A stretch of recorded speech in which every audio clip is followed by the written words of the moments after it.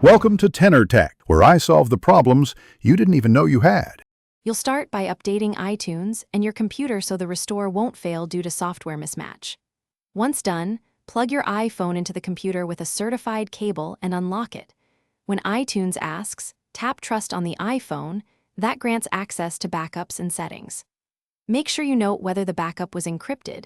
Encrypted backups include passwords and health data, so you'll need that password during the restore process. You'll now choose the backup to restore. Open iTunes and select your iPhone. Go to the Summary or General tab, then click Restore Backup. Pick the backup by date, newer usually means more current data, and confirm if it's encrypted by the lock icon. If it is encrypted, enter the password. Otherwise, the restore proceeds immediately.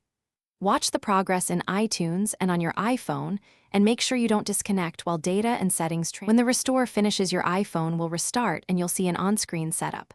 Sign in with your Apple ID so iCloud services resume. Once signed in, re-enable Face ID, Apple Pay, and any other locked features, and update apps from the App Store to ensure compatibility. If something goes wrong, for example, the restore stalls or shows errors, try another USB port or cable, reboot both devices, or attempt the restore on a different computer to isolate the problem.